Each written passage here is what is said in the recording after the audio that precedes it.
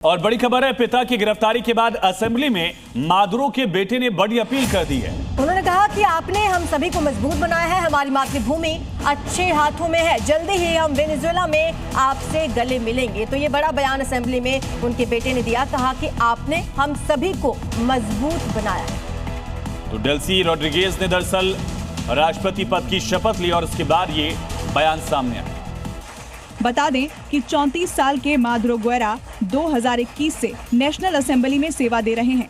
वो मादुरो के इकलौते बेटे हैं और अक्सर राजनीतिक रैलियों और सार्वजनिक कार्यक्रमों में उनके साथ देखे जाते रहे हैं।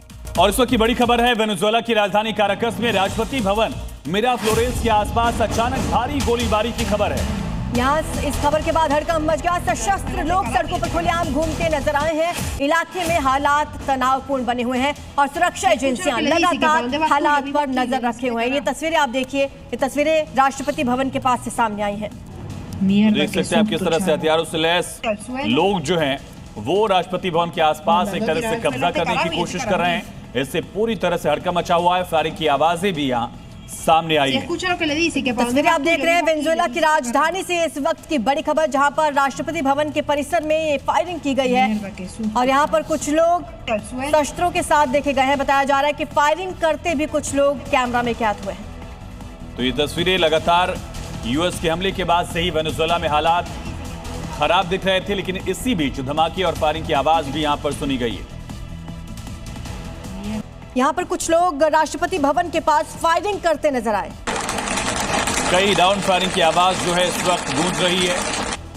वेनेजुएला में राष्ट्रपति भवन के आसपास सशस्त्र लोग जो हैं उनका एक तरह से कब्जा हो चुका है।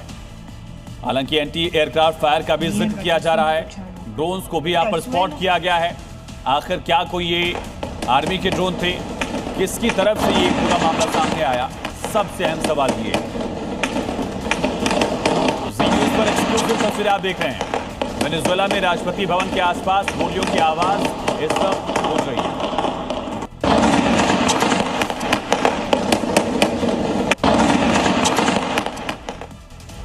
तो तस्वीरें आप देख रहे हैं। आपको बता दें कि वेनेजुएला में हालात फिलहाल तनावपूर्ण बने हुए हैं। यहाँ पर धमाके की तस्वीर भी सामने आई है। साथ ही कुछ लोग नजर आए हैं राष्ट्रपति परिसर में, राष्ट्रपति भवन के परिसर में इन्होंने फायरिंग की है। इधर वेनेजुएला के पूर्व राष्ट्रपति निकोलस मादुरो और उनकी पत्नी सिलिया फ्लोरेस को न्यूयॉर्क की फेडरल कोर्ट में पेश किया गया और कोर्ट में पेशी के लिए जाते वक्त मादुरो की फिर से ओपन परेड कराई गई। कोर्ट में जज के सामने मादुरो ने बयान दिया, मैं निर्दोष हूँ, मैं दोषी नहीं हूँ, नेक इंसान हूँ, अपने देश का राष्ट्रपति हूँ, ये मादुरो की तरफ से कहा गया। साथ ही उन्होंने ये भी कहा कि उनका अपहरण किया गया है। वहीं इस मामले में अब अगली सुनवाई 17 मार्च को होगी। तो पेशी के दौरान मादुरो की ओपन परेड कराई गई है, जिसकी तस्वीरें आप देख रहे हैं। इससे पहले भी अमेरिका की सड़कों पर इसी तरह से ओपन वैन में मादुरो को घुमाया गया था। 3 तस्वीरें आप देख रहे हैं कोर्ट में पेशी के वक्त किस तरह मादुरो और उनकी पत्नी को यहाँ ले जाया गया, परेड कराई गई। और दूसरी तस्वीर जब मादुरो की तरफ से कोर्ट में कहा गया कि मैं निर्दोष हूँ, मुझे किडनैप किया गया। साथ ही अब अगली सुनवाई इस मामले की 17 मार्च को होगी। एक बार फिर से निकोलस मादुरो की ओपन परेड कराई गई। कोर्ट में पेशी के दौरान मादुरो को हेलीकॉप्टर से उतारा गया। उनके हाथ में हथकड़ी थी और यहां से मादुरो को न्यूयॉर्क की फेडरल कोर्ट में पेश किया गया, जहां मादुरो ने कहा, मैं इनोसेंट हूं, डिसेंट हूं, वेनेजुएला का प्रेसिडेंट हूं। साथ ही मादुरो ने यह भी कहा कि उनका अपहरण किया गया है और वेनेजुएला पर लगाए गए नार्को टेररिज्म आरोप गलत हैं।